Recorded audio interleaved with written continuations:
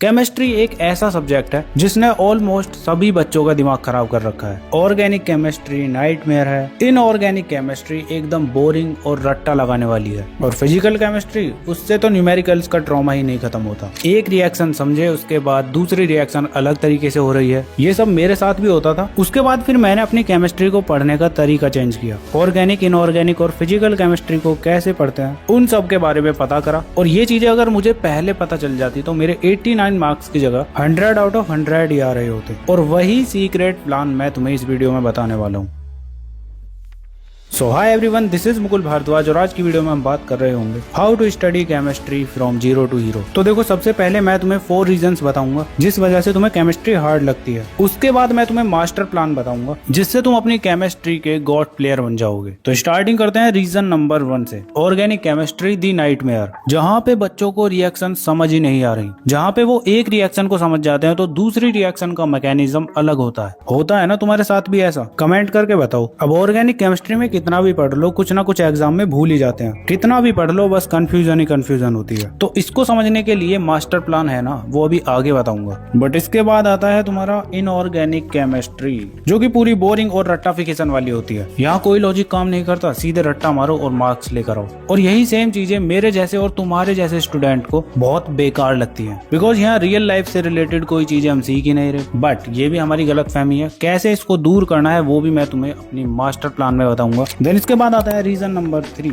Physical chemistry the numerical trauma. अब maths वाले बच्चे तो थोड़ा बहुत कवर अप कर लेते हैं, लेकिन जो बायोलॉजी वाले होते हैं ना, वो सोचते हैं कि जैसे तैसे तो 11th में मैथ्स से पीछा छूटा था, लेकिन ये फिर से पीछे आ गया। मतलब कि ये भी फिजिक्स 2.0 सब्जेक्ट बन जाता है। कैलकुलेशन और स्टेप्स से बच्चे बहुत ज्यादा फ्रस्ट्रेटेड रहते हैं। अब इसके लिए भी तुम्हारा सॉलिड मास्टर प्लान है आगे। अब 4th सबसे बड़ा रीजन है टीचर एंड रिसोर्सेज की ओवरडोज। अब यूट्यूब पर बहुत सारे रिसोर्सेज हैं, 1 शॉट वीडियो है, क्रैश कोर्स है, ऑनलाइन बैच वगैरह है। मतलब इतनी सारी भीड़ है, डिसाइड ही नहीं हो रहा कि क्या चूज करें। ये सिंपली वर्ड में डिसीजन पैरालिसिस है। ये एक बहुत बड़ी प्रॉब्लम है। बच्चे हर नई वीडियो पर क्लिक करते हैं इस उम्मीद में कि शायद यहाँ से समझ आ जाएगा, लेकिन एंड में सिर्फ वो कंटेंट कंज्यूम करते रह जाते हैं और खुद की प्रैक्टिस एकदम जीरो रहती है। ऐसे ही बुक्स का है। बुक्स कोई कहता है ये बुक ले लो, कोई कहता है ये बुक ले लो। बट देखो, कोई भी बुक तुम्हें आंख बंद करके नहीं लेनी है। सिंपली तुम्हारे पास एक PYQ बुक हो जिसके अंदर चैप्टर वाइज और topic wise previous year questions होने चाहिए, और एक हो तुम्हारे पास क्वेश्चन बैंक। बस यही काफी है। बाकी NCERT वगैरह तो तुम्हारे पास ऑलरेडी होंगी। अब देखो, अगर तुम्हारे पास PYQ बुक नहीं है और तुम कंफ्यूज्ड हो कौन सी लेनी है, तो तुम ये वाली बुक ले सकते हो। इस बुक के अंदर मिलेंगे तुम्हें topic wise and chapter wise previous year questions और उसके साथ साथ ट्रेंड एनालिसिस, जिसके हेल्प से तुम पता लगा सकते हो तुम्हारे कौन से टॉपिक इंपॉर्टेंट है। साथ में रिवीजन के लिए रैपिड रिवीजन सीट है, और सबसे इंपॉर्टेंट कॉम्पिटेंसी फोकस्ड क्वेश्चंस है जो तुम्हारे बोर्ड एग्जाम में सबसे ज्यादा पूछे जा रहे हैं। और पास्ट 3 ईयर के CBSE के ऑफिशियल सैंपल पेपर तुम्हें यहाँ पर मिल जाएंगे। और भी बहुत सारी चीजें हैं इसके अंदर, snapshot, brain map, self assessment, बहुत कुछ है इसके अंदर। One of the best PYQ book है जहाँ प्रीवियस ईयर क्वेश्चंस के साथ साथ इतना कुछ मिल रहा है। वैसे तो तुम इसको कहीं से भी ले सकते हो, लेकिन अगर डिस्काउंट चाहिए तो एक बार डिस्क्रिप्शन में लिंक चेक कर लेना।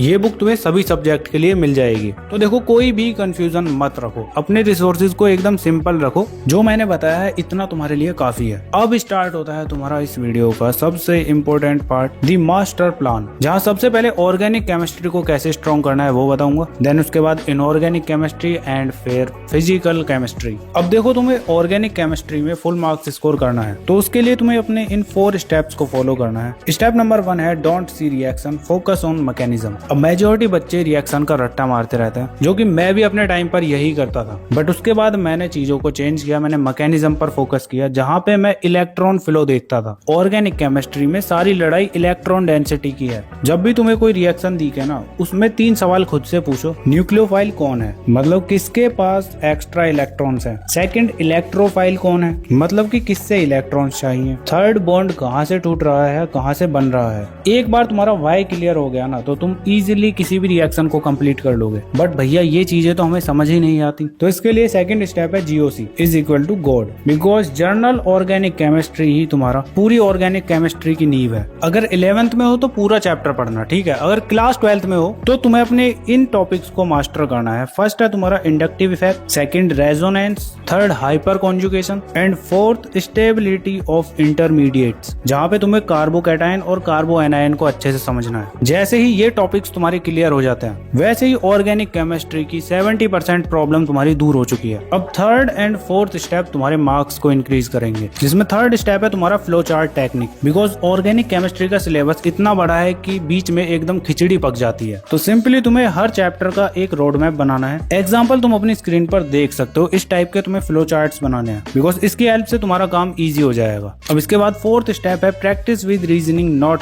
रिपीटेशन। सिर्फ क्वेश्चन को सॉल्व मत करो, उसका व्हाई आइडेंटिफाई करो। जैसा मैंने स्टार्टिंग में बोला था, अगर कोई भी क्वेश्चन गलत हो जाता है तो ये मत सोचो कि मुझे याद नहीं रहा, ये सोचो कि मेरा कॉन्सेप्ट कहाँ फेल हुआ। अब देखो एक प्रो टिप हो रहा है ऑर्गेनिक केमिस्ट्री के लिए, ये जो तुम्हारी नेम्ड रिएक्शन होती है ना, वोल्टज, एल्डोल, कैनिजारो, इनको अलग से एक पॉकेट नोटबुक में लिखो और रोज रात को सोने से 5 मिनट पहले देख लो, बस ऐसे ही। इससे तुम्हारा माइंड इन चीजों से फैमिलियर हो जाएगा। बाकी अगर तुम ये 4 स्टेप्स कंप्लीट कर लेते हो तो ऑर्गेनिक केमिस्ट्री में तुम फुल मार्क्स स्कोर करोगे। अब इसके बाद आता है तुम्हारा सेकंड इनऑर्गेनिक केमिस्ट्री। अब इनऑर्गेनिक केमिस्ट्री को मास्टरी करने के लिए तुम्हें इन 3 रूल्स को फॉलो करना है। रूल नंबर 1, ट्रेंड को पकड़ो, फैक्ट को नहीं। इनऑर्गेनिक केमिस्ट्री में 80% चीजें पीरियोडिक टेबल के ट्रेंड पर चलती हैं। मतलब कि इसके अंदर तुम्हें एटॉमिक साइज, आयोनाइजेशन, एंथैल्पी और इलेक्ट्रोनेगेटिविटी, इन सबको पहले मास्टरी करना पड़ेगा। अब जब भी कोई तुम ट्रेंड को पढ़ो तो अपने आप से पूछो कि इसके पीछे का रीजन क्या है। अगर साइज बढ़ रहे हैं तो न्यूक्लियर चार्ज और सील्डिंग इफेक्ट का क्या रोल है। जब तुम वाई समझ लोगे ना तो तुम्हें रट्टा नहीं मारना पड़ेगा। अब एफ ब्लॉक में अगर तुम्हें कॉन्ट्राडिक्शन क्यों होता है उसका लॉजिक पता है ना, तो तुम ट्रेंड को अच्छे से डेराइव कर पाओगे। तो इसीलिए पीरियोडिक टेबल तुम्हें एकदम अच्छे से पता होनी चाहिए, ठीक है। इसके बाद सेकंड रूल है तुम्हारा NCERT is Bible. Inorganic chemistry में तुम्हें कोई एक्स्ट्रा क्वेश्चन लगाने की जरूरत नहीं है, चाहे तुम जेई की प्रिपरेशन कर रहे हो, नीट की या फिर बोर्ड्स के लिए पढ़ रहे हो। यहाँ तुम्हें एनसीईआरटी की लाइन बाय लाइन रीडिंग करनी है, बिकॉज कोई भी लाइन उठा के तुम्हारे एग्जाम में डायरेक्ट दे दी जाती है। अब तुम सोच रहे हो कि भैया जैसे आपने ऑर्गेनिक केमिस्ट्री के लिए बताया था कि जीओसी को मास्टर कर लो, ऑर्गेनिक केमिस्ट्री तुम्हारी स्ट्रांग हो जाएगी, ऐसे ही इनऑर्गेनिक केमिस्ट्री के लिए और क्या क्या चीजें करनी चाहिए। तो सिंपली तुम्हें इस ब्लॉक मेथड के थ्रू अपने इन 4 टॉपिक्स को बहुत ही अच्छे से तैयार करना है। फर्स्ट है तुम्हारा पीरियोडिक प्रॉपर्टीज एंड बॉन्डिंग, इसको बहुत ही अच्छे से पढ़ो, ये तुम्हारा बेस है, ठीक है। सेकंड है तुम्हारा कोऑर्डिनेशन कंपाउंड्स, इसमें सिर्फ 2-3 मेन कॉन्सेप्ट्स हैं, वीबीटी है, सीएफटी और आइसोमेरिज्म, इनको एकदम अच्छे से समझ लो, फ्री के मार्क्स मिलेंगे। देन थर्ड है पीडी एंड एफ ब्लॉक, इन्हें एनसीईआरटी से रीड करो और प्रीवियस ईयर क्वेश्चंस देखो, बिकॉज इन चैप्टर्स में बस वही चीजें बार बार आती हैं। इतना कर लोगे तो इनऑर्गेनिक केमिस्ट्री की प्रॉब्लम भी तुम्हारी 90% कंप्लीट हो जाएगी। बट हमें तो फुल मार्क्स स्कोर करना है ना, तो उसके लिए थर्ड स्टेप है तुम्हारा एक्सेप्शन नोटबुक। हाँ, नॉर्मल नोटबुक के साथ साथ तुम्हें एक एक्सेप्शन नोटबुक भी बनानी है। उसके लिए तुम छोटी सी डायरी ले सकते हो। जब भी कोई ऐसा सवाल है जो तुम्हारे जर्नल ट्रेंड के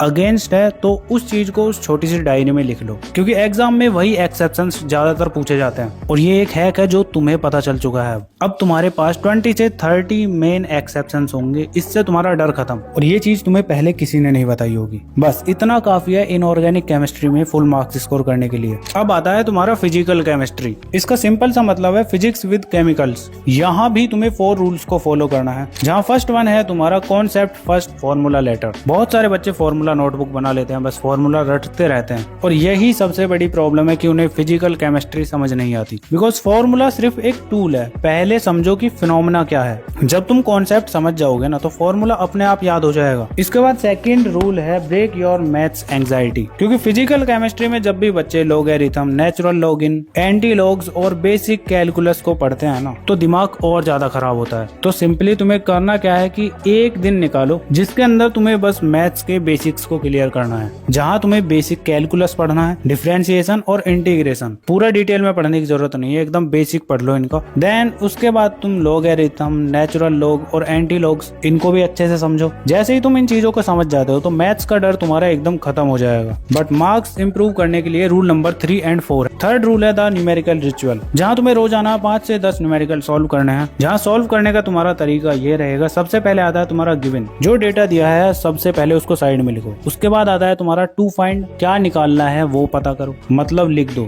थर्ड है तुम्हारा फॉर्मूला, कौन सा फॉर्मूला फॉर्मूला लगेगा वो लिखो, देन उसके बाद फॉर्मूला में वैल्यूज को पुट करो और कैलकुलेशन कर दो। बस हर न्यूमेरिकल के लिए तुम्हें यही करना है, ठीक है। अब इसके बाद आते हैं तुम्हारे ग्राफ्स वाले ज्यादा क्वेश्चन। तो उसके लिए फोर्थ रूल है ग्राफिंग का लॉजिक। अब ग्राफ्स को रटने की कोशिश मत करो, इक्वेशन को ग्राफ से मैच करना सीखो। अगर तुम ग्राफ देखकर इक्वेशन को समझ जाते हो ना, तो एग्जाम में चाहे ग्राफ कितना भी ट्विस्ट करके दे दिया जाए, तुम उसको इजीली सॉल्व कर लोगे। अब तुम बोलोगे कि भैया फिजिकल केमिस्ट्री को मास्टर करने के लिए तो तुमने टॉपिक्स बताए नहीं, मतलब जिससे हमारा बेसिक क्लियर हो जाए। तो आओ बताता हूँ। तो सिंपली तुम्हें सबसे पहले mole concept and atomic structure इनको पढ़ना है, इससे तुम्हारे बेसिक क्लियर होंगे। उसके बाद थर्मोडायनेमिक्स एंड इक्विलिब्रियम इनको मास्टरी करना है। अगर तुम इन दो चैप्टर्स को अच्छे से समझ जाते हो, उसके बाद तुम्हारी फिजिकल केमिस्ट्री एकदम फुल मार्क्स स्कोर करने लायक हो जाएगी। और यही था तुम्हारी कंप्लीट केमिस्ट्री का मास्टर प्लान। अब अगर तुम समझ चुके हो तो कमेंट में लिख देना आई लव केमिस्ट्री, और नेक्स्ट वीडियो किस सब्जेक्ट के लिए चाहिए वो भी कमेंट कर देना। बाकी अगर तुम्हारा बैकलॉग है या फिर और कोई प्रॉब्लम है, उसके लिए तुम्हें अपनी स्क्रीन पर ये वीडियो शो हो रही होंगी, जाके देख लेना। तब तक के लिए keep learning, keep studying and keep smiling.